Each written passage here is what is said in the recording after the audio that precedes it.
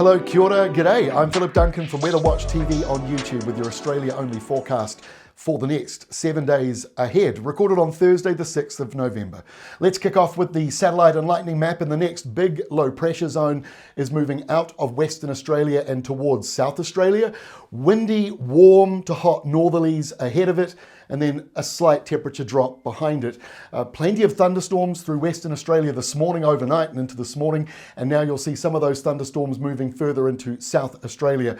Elsewhere on the eastern side, a real change as high pressure comes back in again. It's not a very powerful high, it's not going to last very long, and it moves out to the Tasman Sea. But for now, much lighter winds, certainly around New South Wales and the ACT, and a bit of a drop in temperatures going into Queensland. The red tropical boundary has been pushed further northwards because of that high pressure zone.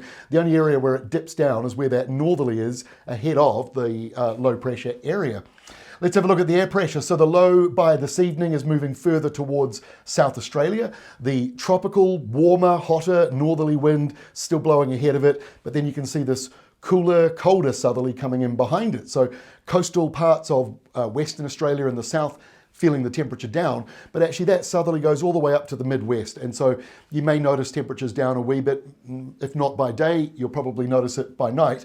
The high pressure zone south of Albany, well out to sea here, not as strong as the one that is southwest, further out away from us. And the other high is out over the Tasman by the time we get to tonight. So moving out of New South Wales, heading off more towards New Zealand, which means most of Australia is under low pressure as we go in towards tonight. And that's the reason why we're seeing those thunderstorms and downpours coming through with that low pressure zone. And for Tasmania, it's still a little bit windy, but the storm that is moving away from you, heading further southwards. It's now down over the Southern Ocean.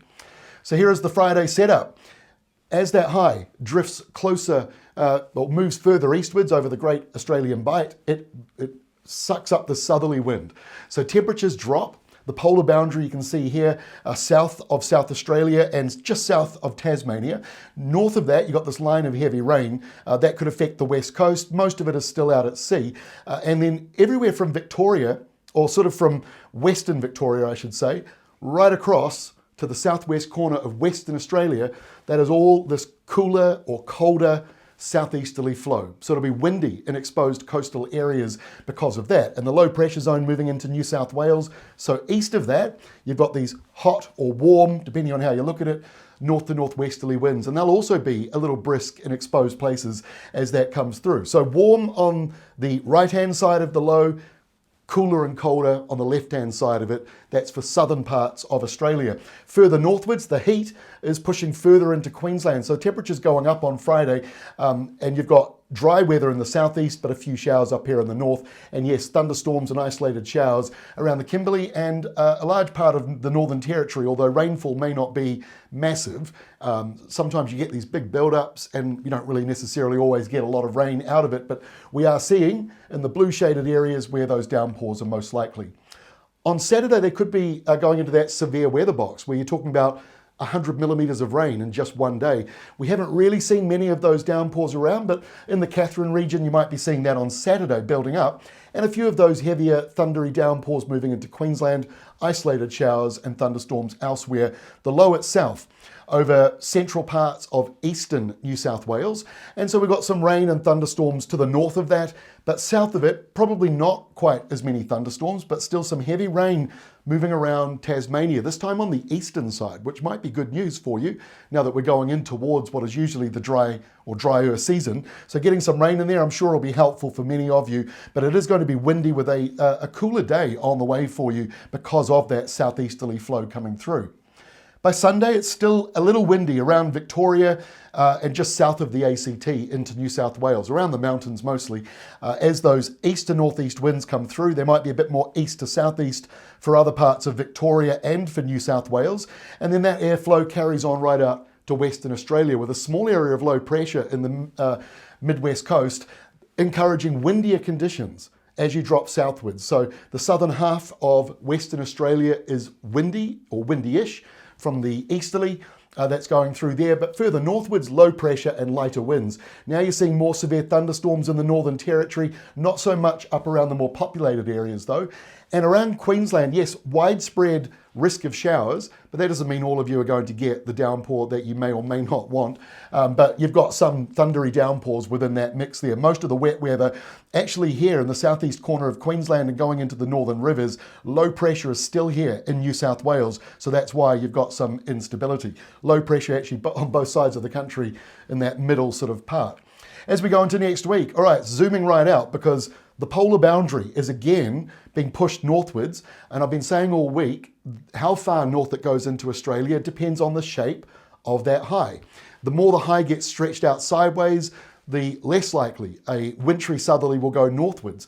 But if it can get this sort of lean here where it's quite a strong southwesterly coming in, that could push further into Australia. So look at your local temperatures around Monday, Tuesday next week, and you'll see this drop as that change comes on through. So it starts in Tassie first of all, arrives in Victoria and South Australia most likely by Monday night. And because of the low in Western Australia in central areas and around the Gascoyne and further south the high, windy. With those easterlies, there might even be gale force winds in some exposed places for a time as that system moves through.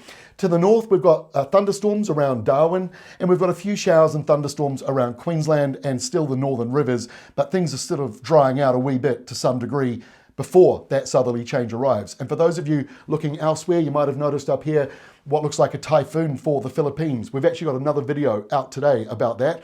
It may well be a super typhoon coming in for the Philippines next week. Back to Australia, here we are on Tuesday of next week, and look at the polar boundary coming back in again. So it's likely to be around for about 36 hours by the looks of it, at least for Victoria. New South Wales may be shorter lived, it might only be a day, and Tasmania, you probably got 2 or 3 days under that polar boundary. So your temperatures really will drop. It'll be wintry, there'll be snow flurries back again into the mountains as far north as New South Wales. And then north of that, outside of that polar boundary, still a southerly flow coming into Queensland. So the tropical boundary pushed northwards once more. So you'll get more of a refreshing change in some areas, but there are still a few showers.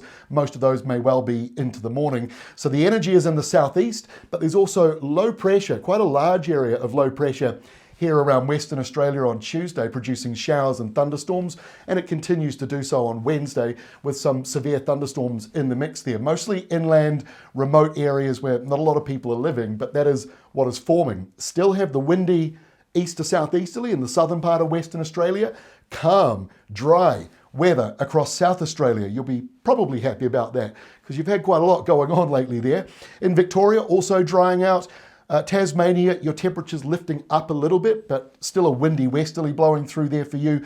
And then the rest of Australia on the eastern side here, mostly dry, just a few showers that just may bubble up here and there. Otherwise, it is mostly dry. Most of those showers are coastal. By Thursday of next week, more of those showers bubbling up through inland parts of Queensland. We've still got that large low pressure zone in Western Australia producing thunderstorms over the top 2/3 of the state. A bit of a windier change coming through here. That is high pressure over the Great Australian Bight, which means once more, another wintry change coming in over the top of Tasmania and back into Victoria. It's kind of crazy how long this is going on this year because New Zealand's not getting these wintry blasts at the moment. It's only the southeast part of Australia. So it will probably break and change at some point now that we're seeing more high pressure systems tracking to the south. But of course, it's the southern placement of these highs that is dredging up these colder southerlies at the moment. So a few things going on around Australia as we continue with this very much spring weather pattern for southern areas. And we're still waiting really for more tropical energy to develop up in the north. Before I go today, our flight sim flyover of the week once again is Victoria, where a lot of the weather has been moving and changing lately. Geelong in the southwest corner of Port Phillip Bay, arguably the best named bay in the world, and 7-day weather. Pretty cold. Some of those maximum temperatures, it looks more like an overnight low, that 13, but that's actually one of your maximum temperatures coming up. Overnight lows are also down and plenty of showers coming on through, which means basically today and next Wednesday are really the driest looking days are coming on through. Zipping along here in the Boeing 737, very fast flight as we flew over this morning. Thank you so much for joining me. I'll see you again tomorrow Friday with our next Australia-only weather update.